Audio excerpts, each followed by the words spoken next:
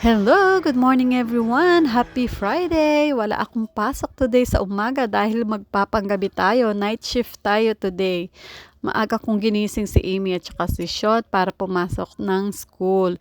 Si Sean ay madali naman mag-ayos si Sean at saka madali lang naman. Andyan lang naman sa tabi ang kanyang school. Si Amy kahit mamaya pa siya ng 9 o'clock. De pagkahatid ko kay Sean, siyempre ang ating mga gawaing bahay hindi mawawala yan guys.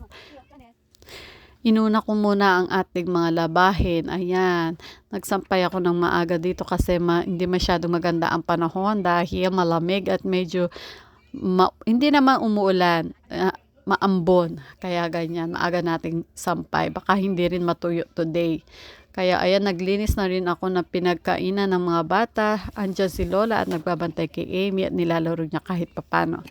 After natin dyan, maglinis muna tayo ng ating mga hugasin, ng pinagkainan ng almusal ng ating mga junakis. Tingnan nyo guys, ayan, at mag-prepare na rin tayo para kay Amy pagpasok niya sa kanyang kindergarten. Yan, sumabay na rin ako mag-ayos sa kanya kahit papano, madali lang naman ang ayusin natin sa umaga. Ay nais ko na rin ang hairstyle niya for today, madalian lang hairstyle yan guys kasi syempre kahit wala tayong pasok sa umaga, kailangan natin maglinis ng bahay. Kaya inuna ko muna siya. Yan, hatid ko lang si Amy. Tapos balik uli ako sa bahay, maglilinis, magluluto kasi ang gabi tayo today. Maaga na lang kita susundin. Alam mo, mukha ini ko kada niya, Amy ne? Sanji? Oh, so da ne. Ayan, pagkahatid natin kay Amy at tayo maglilinis ng ating bahay. Ayan, oh, konting linis lang yan guys, yung tamang sakto na linis. Hindi ganun kalinis na yung nakikitang mga alikabok lang naman ang kaya nating linisin everyday. Hindi ko siya kaya linisin ng buong buo sa dami ba naman ng gamit namin dito na hindi ko mawari kung saan nanggaling. Kaya ayan, linis ng walis tambo.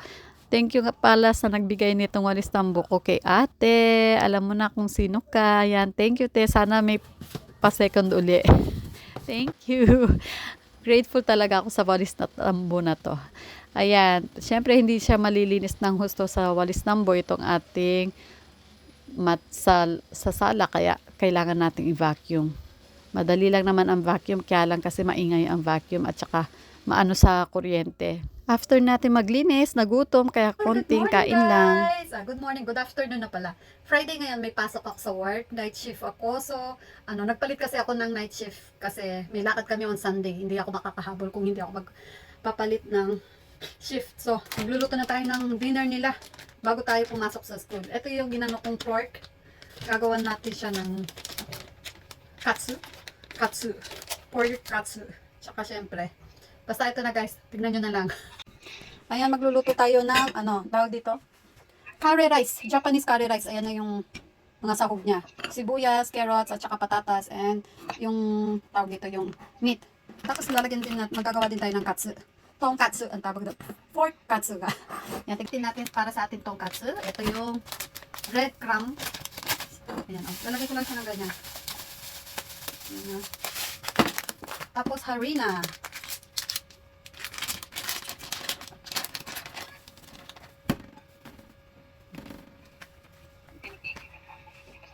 Ay, isang egg lang. Dalawa lang kasi lulutuin natin. So, isang egg lang kasya na.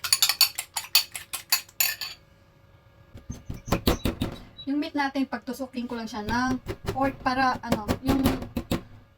yung init hanggang sa loob pumasok para madaling maluto.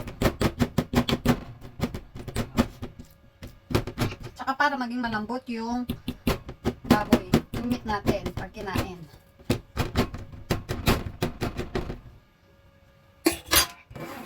Medyo matrabaho to guys, kaya lang kailangan yung sipag at tiyaga. Sipag at tiyaga. Lagay natin siya sa harina.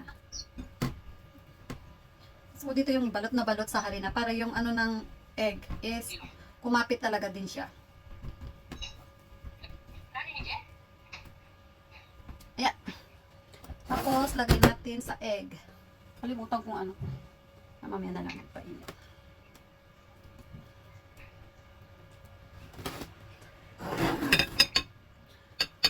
To ayaw ko niluluto to kasi matrabaho. Yung breadcrumbs. Ibalot natin siya sa breadcrumbs. Yan. Ating mantika. So, ilagay na natin yung ating pork.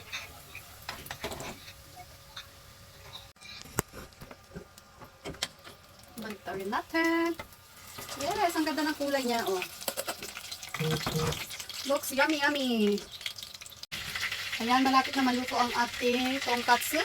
Ayan, oh. Ano na lang, yung kabilang side na lang. Kaya magluluto na tayo ng ating, ayun pala, kare. Kare rice naman. Kare lang ulam. Ayan. Ayan, ano. Ako sitipid sa mantika talaga. Ayaw ko ng ano, magasto sa mantika. So, kukuha lang ako dito panggisa natin sa mga ano, gulay. So, maluluto na rin naman siya eh. Tapos na rin naman siya. Igigisa ko lang naman yung ano sa sibuyas at saka yung gulay. Ito yung ano. Hit. Konti.